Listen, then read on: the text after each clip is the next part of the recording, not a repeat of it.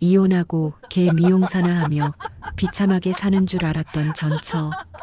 그날 그녀를 비웃으러 애인과 함께 찾아갔습니다. 너 같은 게 나 없이 어디 가서 입에 풀칠이나 하겠어? 평생 내 덕에 호의호식했으면 감사한 줄 알아야지. 15년 조강지처를 빈손으로 내쫓으며 제가 뱉었던 그 독설은 정확히 2년 뒤 부메랑이 되어 제 심장에 꽂혔습니다. 제가 버린 건 고작 개털 깎는 여자가 아니라 제 인생을 지탱하던 유일한 기둥이었다는 걸, 모든 걸 잃고 시궁창에 처박힌 뒤에야 알게 되었습니다. 사연 시작 전 구독과 좋아요 부탁드려요. 계시는 곳에 행복이 가득하시길 바랄게요. 너 같은 게 나 없이 어디 가서 입에 풀칠이나 하겠어? 평생 내 덕에 호의호식했으면 감사한 줄 알아야지. 15년 동안 제 뒷바라지만 하던 아내, 채윤이를 집에서 내쫓던 날 제가 했던 말입니다. 그때 채윤이는 낡은 미용 가방 하나만 든 채 아무 말 없이 집을 나갔죠. 그 뒷모습을 보며 저는 비웃었습니다. 세상 물정 모르는 여자가 밖에서 겪을 고생은 불 보듯 뻔했으니까요. 그로부터 2년이 지났습니다. 저는 지금 강남의 화려한 펜트하우스에서 32살의 젊고 매혹적인 애인 민주와 함께 매일 밤 샴페인을 터뜨리며 살고 있습니다. 중소기업 상무라는 직함, 억대 연봉, 그리고 나를 우러러보는 젊은 여자. 제 인생은 완벽해 보였습니다. 채윤이라는 존재는 이미 제 기억 속에서 흐릿해진 지 오래였죠. 그러던 어느 금요일 오후였습니다. 퇴근 준비를 하던 저에게 후배 박대리가 조심스럽게 다가오더군요. 상무님, 주말 잘 보내세요. 아, 그런데 혹시 전 사모님 소식 들으셨습니까? 순간 미간이 찌푸려졌습니다. 잊고 지낸 이름이 나오니 기분이 묘하더군요. 채은이? 갑자기 그건 왜 물어? 뭐, 어디 가서 구걸이라도 하고 있다니? 아, 그게 제 친구가 가평 쪽 골목에서 봤다는데 조그만 미용실에서 개털 깎으며 겨우 지내시는 것 같더라고요. 행색이 많이 초라해 보였다고 해서 마음이 좀 그렇네요. 박 대리가 나가고 나서 저는 묘한 쾌감을 느꼈습니다. 그럼 그렇지, 나 없으니 결국 개털이나 깎는 신세가 됐구나 싶었죠.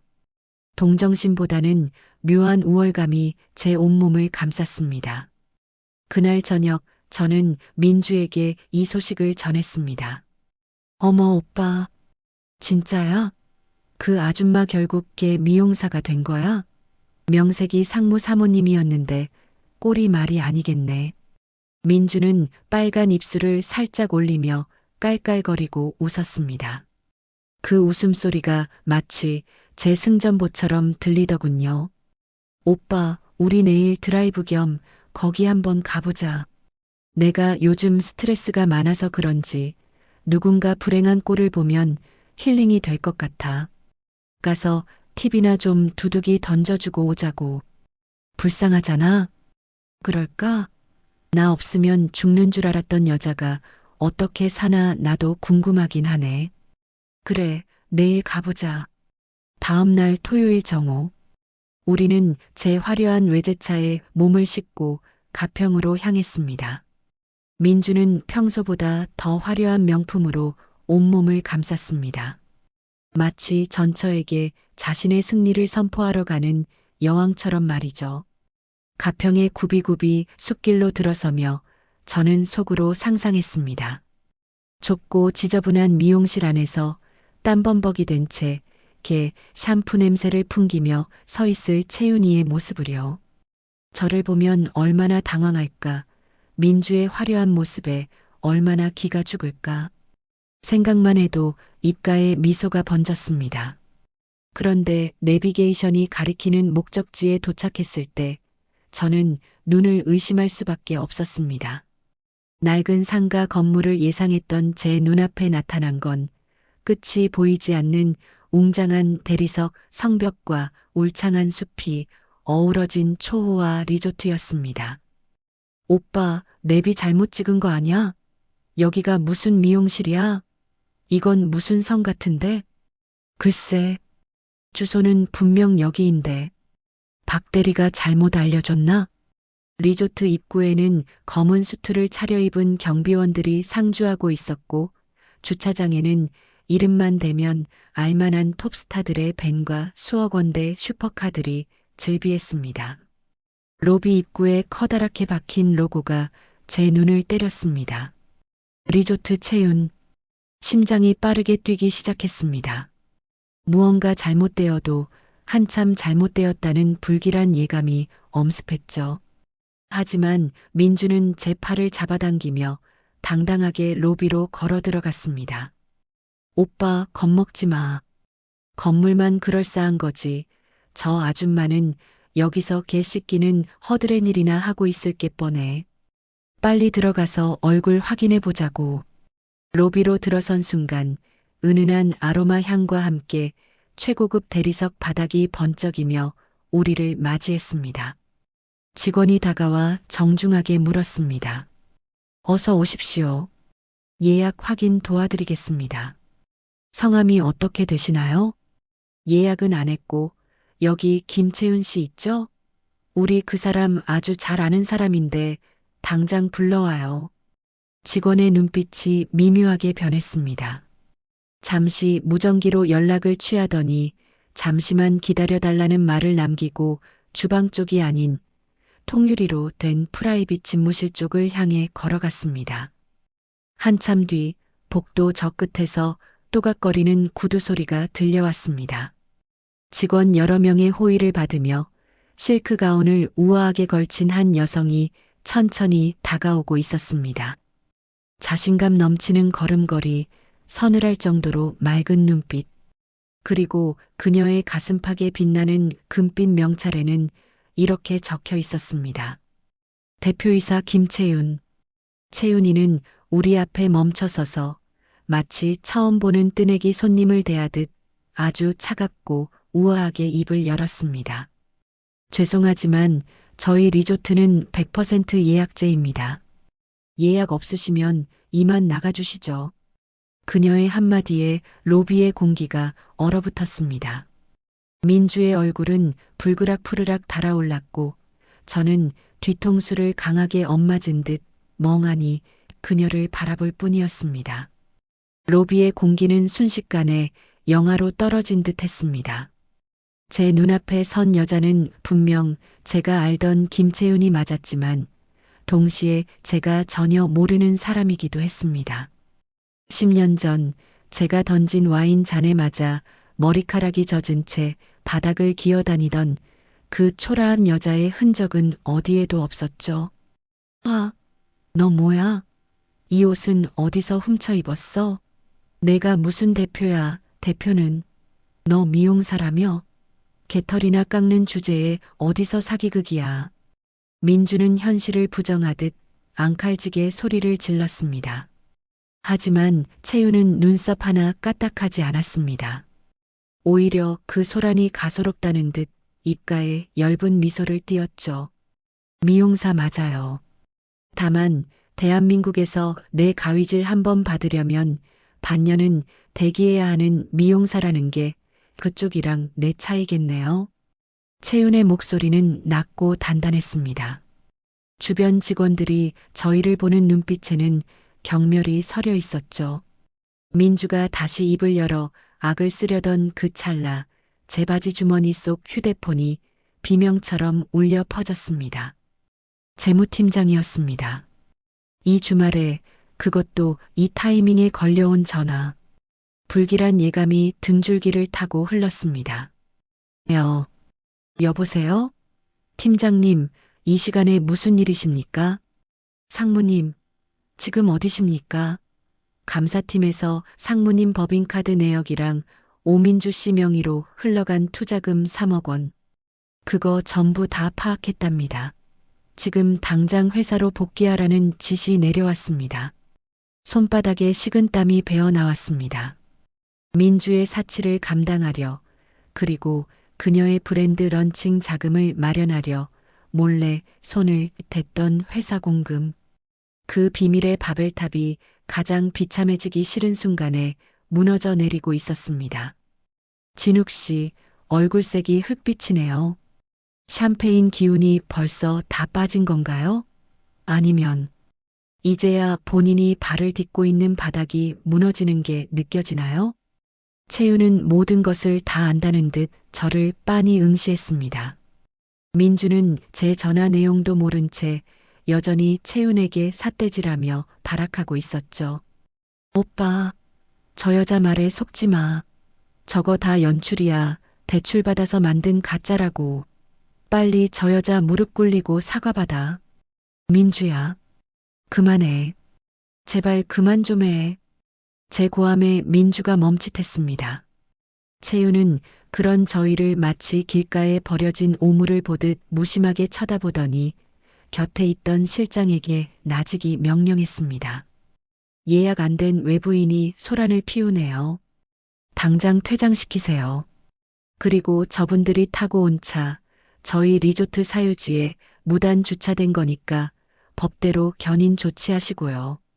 그 말이 떨어지기 무섭게 검은 수트의 보안 요원들이 저희를 에워쌌습니다.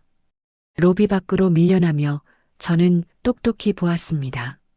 제 자존심 같았던 빨간 스포츠카가 견인차에 걸려 비참하게 끌려나가는 모습을요. 제 인생에 화려한 막이 내리고 처절한 추락의 서막이 오르고 있었습니다. 보안 요원들의 손에 이끌려 로비 밖으로 쫓겨난 그 짧은 순간 제 머릿속은 수만 가지 생각으로 뒤엉켰습니다. 3억 원.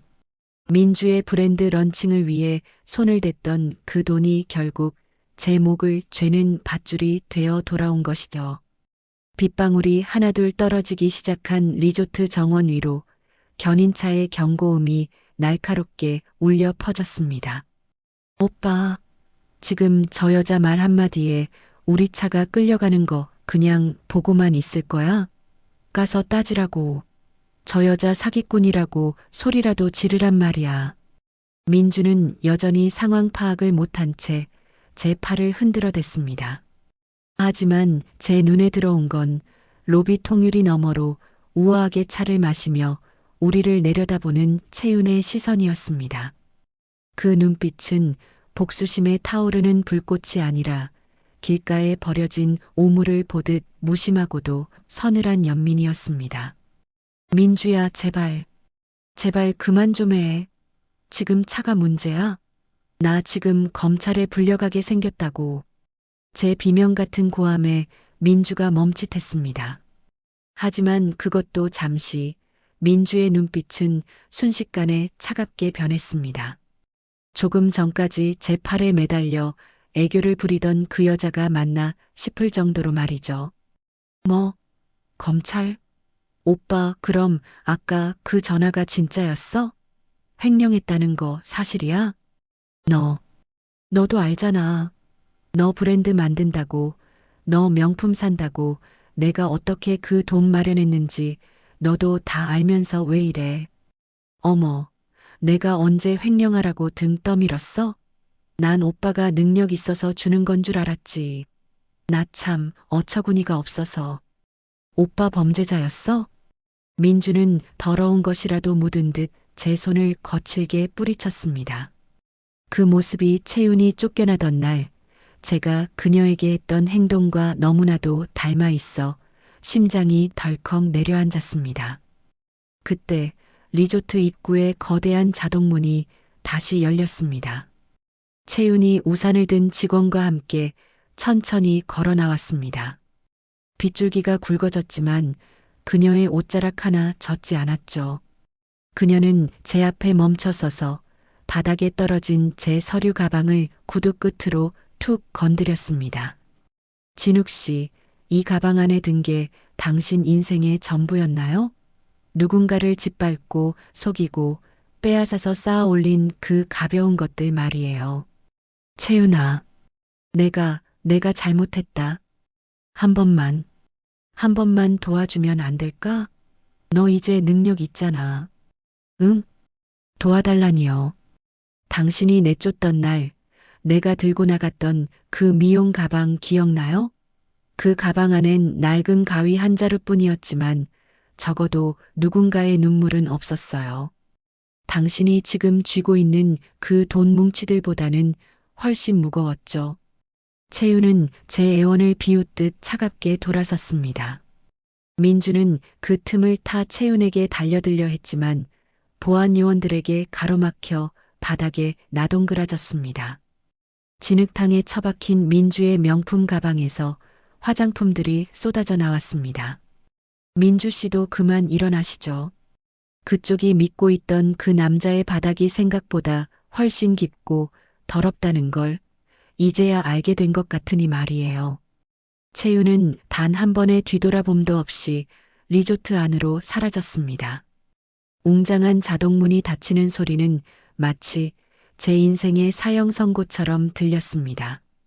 빗속에 무릎을 꿇은 저와 제 곁에서 재수 없어 라고 소리치며 택시를 잡으려 달려가는 민주. 우리는 그렇게 우리가 구경하려 했던 전처의 성공이라는 거대한 성벽 아래에서 가장 비참한 모습으로 무너져 내리고 있었습니다. 빗줄기는 이제 살을 애는 듯한 통증으로 변해 있었습니다. 진흙탕이 된 리조트 입구에서 제가 할 수 있는 건 멀어지는 견인차의 뒷모습을 보며 망연자실해 있는 것뿐이었죠. 하지만 진짜 지옥은 이제 시작이었습니다. 제 손목에 쥔 휴대폰이 다시 한번 비명처럼 울렸습니다. 이번엔 재무팀장이 아닌 회사의 대표이사였습니다. 네, 대표님. 지금 가평에 일이 좀 있어서. 이 상무, 자네가 가평에 있든 지옥에 있든 관심 없네. 지금 당장 감사팀이 자네 집이랑 사무실 폐쇄했어. 오민주라는 여자 명의로 뺀 3억, 그거 투자금 아니라 횡령으로 결론 났네. 월요일 아침까지 소명 못하면 바로 검찰 고발 들어갈 줄 알아. 전화기 너머로 들려오는 뚜뚜 소리가 제 심장 박동 소리처럼 들렸습니다. 15년 동안 쌓아온 제 커리어, 상무라는 명예, 그리고 억대 연봉이 신기루처럼 사라지는 소리였죠. 저는 옆에 서서 머리를 매만지는 민주를 붙잡고 매달렸습니다.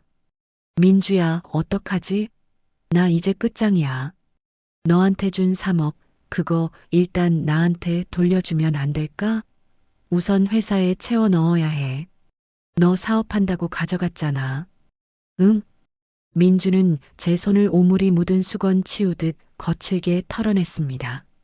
조금 전 리조트 안에서 채윤을 비웃던 그 당당함은 어디 가고 제 앞엔 오직 계산기만 두드리는 냉혈한 한 명만 서 있었습니다. 오빠, 정신 좀 차려. 그 돈이 내 명의로 들어왔는데 왜 오빠 돈이야? 그리고 그거 이미 사무실 임대료랑 내 차 리스비로 다 나갔어. 남은 돈도 없어. 너 말이 너무 심하다. 내가 원해서, 내가 부탁해서, 내가 위험 무릅쓰고 한 거잖아. 어떻게 한순간에 이렇게 등을 돌려. 오빠, 나 무식한 여자 아니야. 횡령은 오빠가 한 거지 내가 시킨 거 아니잖아. 나 이제 오빠 같은 범죄자랑은 엮이기 싫어. 내 커리어에 흠집 나면 오빠가 책임질 거야. 민주는 제 대답을 듣기도 전에 멀리서 오는 택시를 향해 손을 흔들었습니다.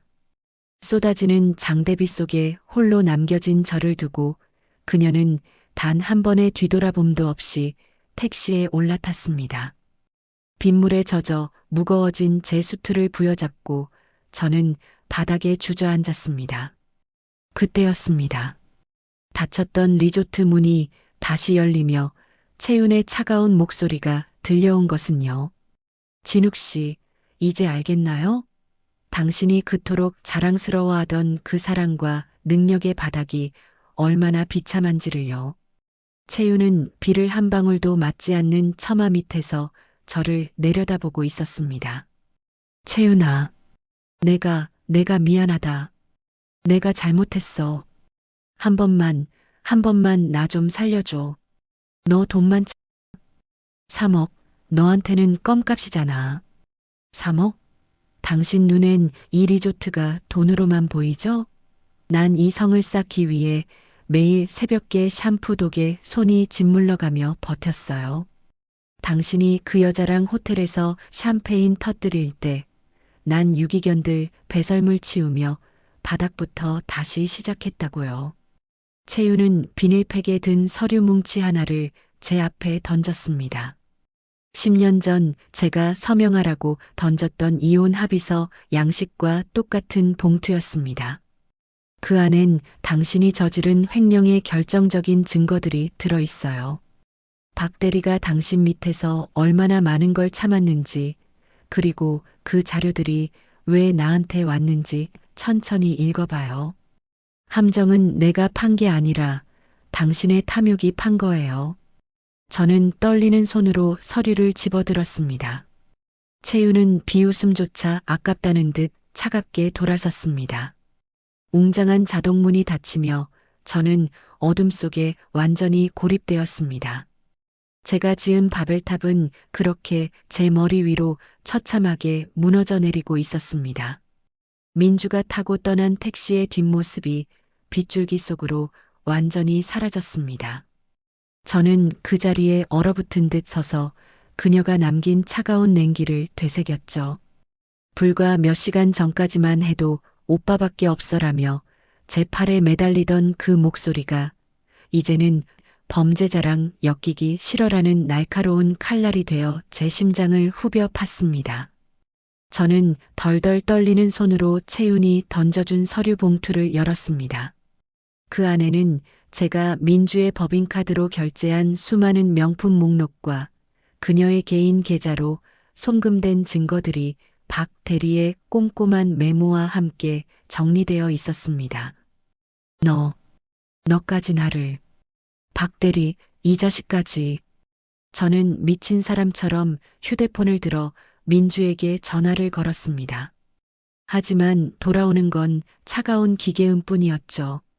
수십 번의 시도 끝에 간신히 연결된 전화기 너머로 민주는 이전과는 전혀 다른 소름 끼치도록 낯선 목소리를 냈습니다. 아, 왜 자꾸 전화야? 오빠, 내 말 안 들려? 우리 끝났다고. 민주야, 제발. 너한테 준 돈 3억 중에 조금이라도 남은 거 있을 거 아냐? 그거라도 줘야 내가 구속은 면해. 너 내 덕에 호강했잖아. 어떻게 이럴 수 있어? 호강? 오빠가 좋아서 준 거잖아. 그리고 그 돈 이미 내 사업 파트너들 접대하고 사무실 꾸미느라 다 썼어. 남은 게 어딨어? 아, 그리고 내일 사람 보내서 펜트하우스에서 내 짐 다 뺄 거니까 그렇게 알아. 아참, 오빠 차 리스료 연체됐다고 나한테 연락 오더라. 그거 오빠가 알아서 해. 뭐? 너 진짜 사람이야? 짐을 빼. 나 지금 갈 곳도 없는데. 그건 오빠 사정이지. 아, 그리고 박 대리한테 전해.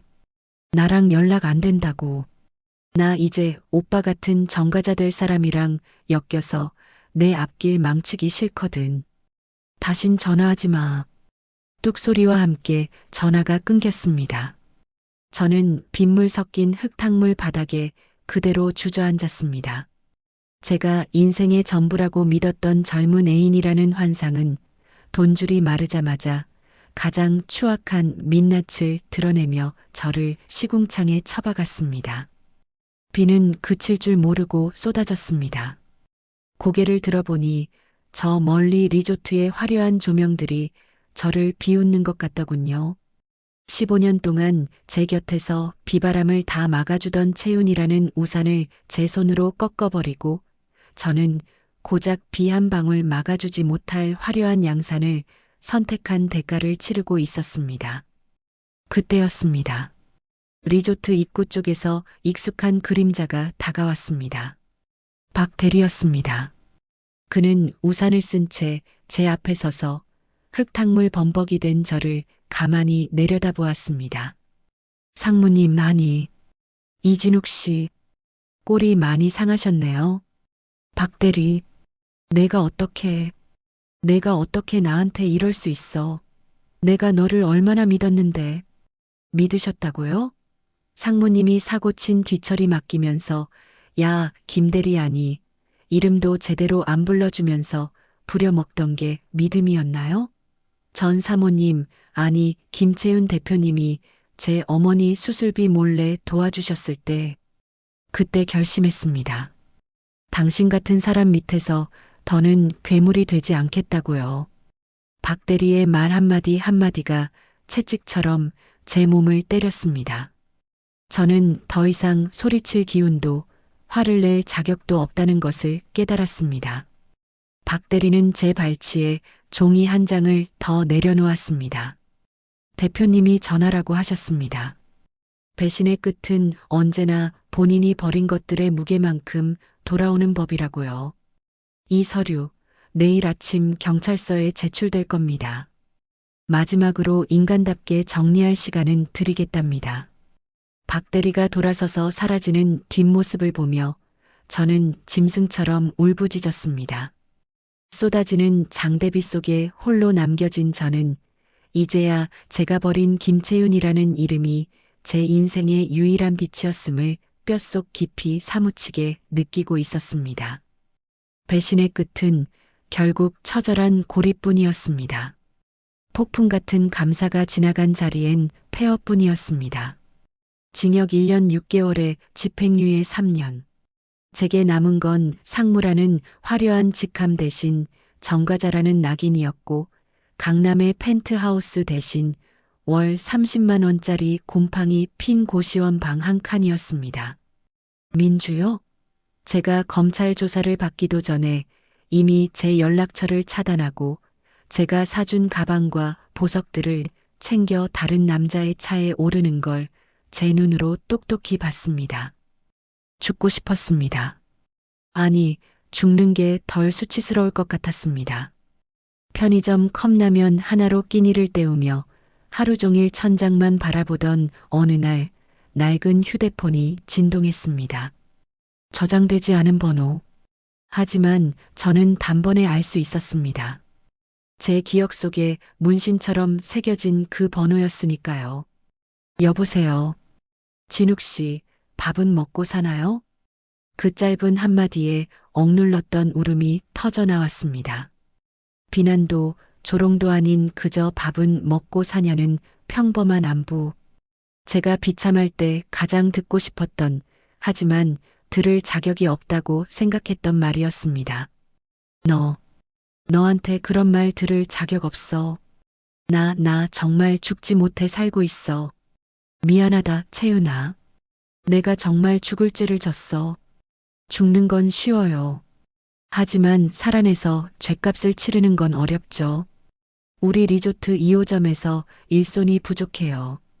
번듯한 사무실도 아니고 남들이 보면 천하다고 손가락질할 바닥일인데 배설물 치우고 덩치 큰 아이들 목욕시키는 일부터 시작할 자신 있으면 오세요. 저는 자존심 따위 버린 지 오래였습니다. 아니, 그곳이 지옥이라 해도 채윤이 내민 손이라면 잡고 싶었습니다.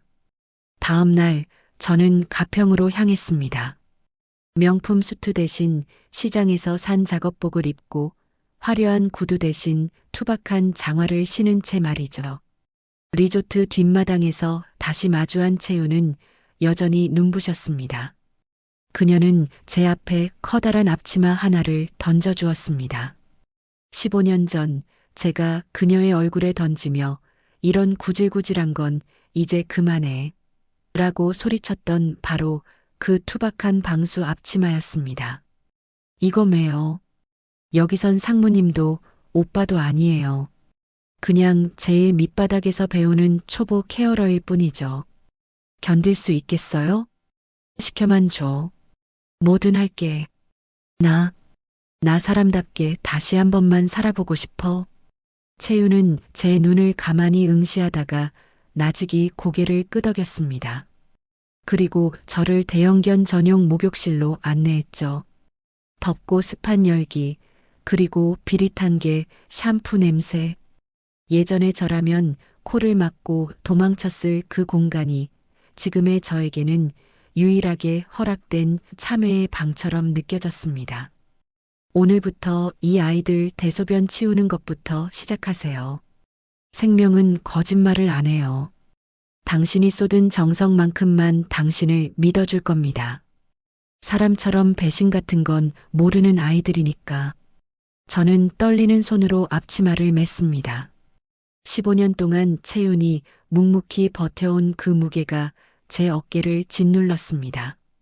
제가 비웃었던 그 개털 깎는 일이 실은 한 여자가 인생을 걸고 지켜온 숭고한 성체였다는 것을 저는 이제야 온몸으로 배우기 시작했습니다.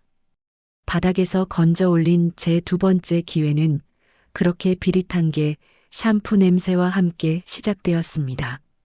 새벽 5시 알람 소리보다 먼저 눈이 떠졌습니다. 고시원 방보다 좁은 리조트 숙직실. 눅눅한 작업복을 깨어 입고 장화를 신으며 저는 거울 속 제 모습을 봅니다. 번듯했던 이 상무는 간대없고 얼굴엔 깊은 주름과 거친 수염이 자란 중년의 사내만 서 있더군요. 하지만 이상하게도 마음만은 예전보다 훨씬 가벼웠습니다. 진욱 씨, 3번 방 골든 레트리버 목욕부터 시작하세요. 어제 진흙탕에서 놀아서 손이 많이 갈 거예요. 네, 대표님. 바로 시작하겠습니다. 커다란 대형견을 욕조에 앉히고 샤워기를 들었습니다. 40kg이 넘는 녀석과 씨름하다 보면 온몸은 금방물과 털범벅이 되기 일쑤였죠. 예전에 저였다면 천한 일이라며 코를 막고 도망쳤을 이 냄새와 열기. 그런데 신기하죠.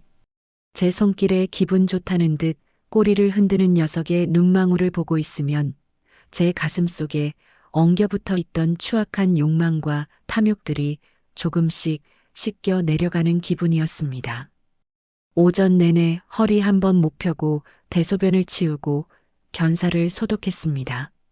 점심시간 식당 구석에서 땀을 닦으며 앉아 있는데 채윤이가 제 앞에 수건한 장과 따뜻한 물 한 컵을 놓아주더군요. 손이 많이 텄네요. 약 발라가면서 해요. 그러다 덧나면 개들한테 병 옮겨요. 채윤아. 아니, 대표님. 나 이제야 알 것 같아. 내가 15년 동안 집에서 그리고 밖에서 나 뒷바라지하며 맸던 이 앞치마가 얼마나 무거웠는지. 난 그것도 모르고 내 손에서 나는 냄새가 싫다며 외면만 했어. 정말 미안하다. 사과는 됐어요. 나한테 미안해할 시간에 아이들 간식이나 더 신경 써요. 생명은 거짓말을 안 해요. 당신이 쏟은 정성만큼만 당신을 믿어줄 거예요. 사람처럼 배신 같은 건 모르는 아이들이니까. 채윤의 말은 차가웠지만 그 안에 담긴 무게를 이제는 압니다. 오후에는 리조트 한쪽의 베이커리실에서 수제 간식을 만드는 법을 배웠습니다. 밀가루를 반죽하고 정성껏 모양을 빚는 일. 제 손은 비록 거칠어졌지만 누군가를 위해 혹은 어떤 생명을 위해 정성을 다한다는 것이 얼마나 숭고한 일인지 깨달아갔습니다. 하루 일과가 끝나고 밤늦게 홀로 남은 견사. 얌전히 잠든 강아지들의 숨소리를 들으며 저는 처음으로 저 자신에게 정직해졌습니다. 성공이란 남보다 높은 곳에 서서 와인 잔을 흔드는 것이 아니라 내가 머문 자리를 깨끗이 치우고 누군가에게 필요한 존재가 되는 것이므려. 진욱 씨, 내일부턴 수제 간식 파트 교육도 정식으로 시작하세요. 소질이 있어 보이네요. 고맙습니다, 대표님. 정말 열심히 하겠습니다. 땀과 털로 범벅된 하루. 하지만 그건 제 인생에서 가장 깨끗한 시간이었습니다. 저는 그렇게 채윤의 성체 안에서 버려졌던 제 영혼을 조금씩 다시 빚어내고 있었습니다. 그로부터 1년이 지났습니다. 가평의 아침은 여전히 고요하고 맑았죠. 저는 이제 장화와 앞치마가 제 피부처럼 익숙해진 리조트의 든든한 실장이 되었습니다. 1년 전 오만함으로 가득 찼던 이 상무는 죽었습니다. 지금 이곳엔 강아지들의 눈빛에서 안부를 읽고 정직한 땀방울로 수제 간식을 빚는 한 남자가 살고 있을 뿐입니다. 평화로운 리조트 로비로 낯익은 그러나 아주 초췌해진 목소리가 들려왔습니다. 고개를 들어보니 명품 대신 유행 지난 낡은 옷을 입고 화장이 번진 얼굴에 오민주가 서 있더군요. 오빠, 나 좀 도와줘. 나 그때 정말 어쩔 수 없었어.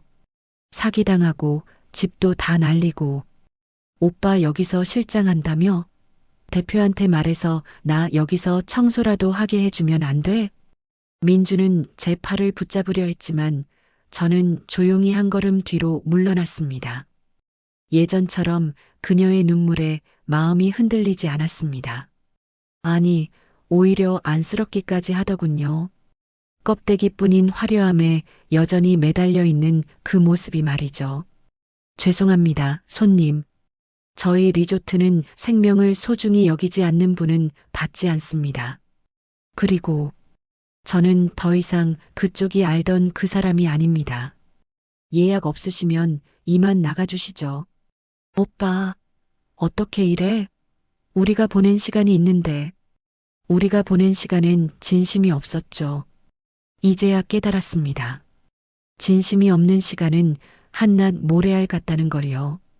보안팀, 여기 손님 퇴장 도와드리세요.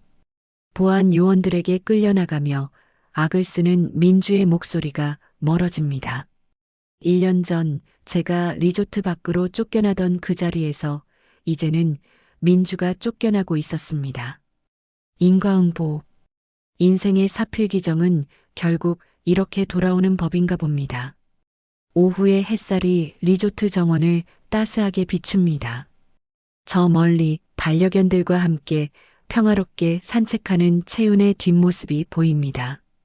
그녀는 이제 제게 다시 돌아오라고 말하지 않습니다. 저 또한 그녀의 곁을 다시 탐내지 않습니다. 그저 이렇게 그녀가 일궈낸 소중한 성체를 뒤에서 묵묵히 지켜줄 수 있다는 것만으로도 제게는 과분한 참회이자 행복이니까요.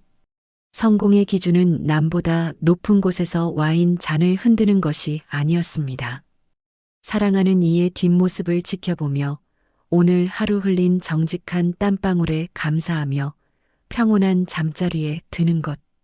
그것이 진짜 인생의 안방 주인이 누리는 행복임을 저는 모든 것을 잃고 바닥을 구른 후에야 깨달았습니다. 저녁 노을이 펜 리조트 채윤의 지붕 위로 아름답게 내려앉습니다. 저는 다시 앞치마를 고쳐 매고 아이들의 저녁을 준비하러 갑니다.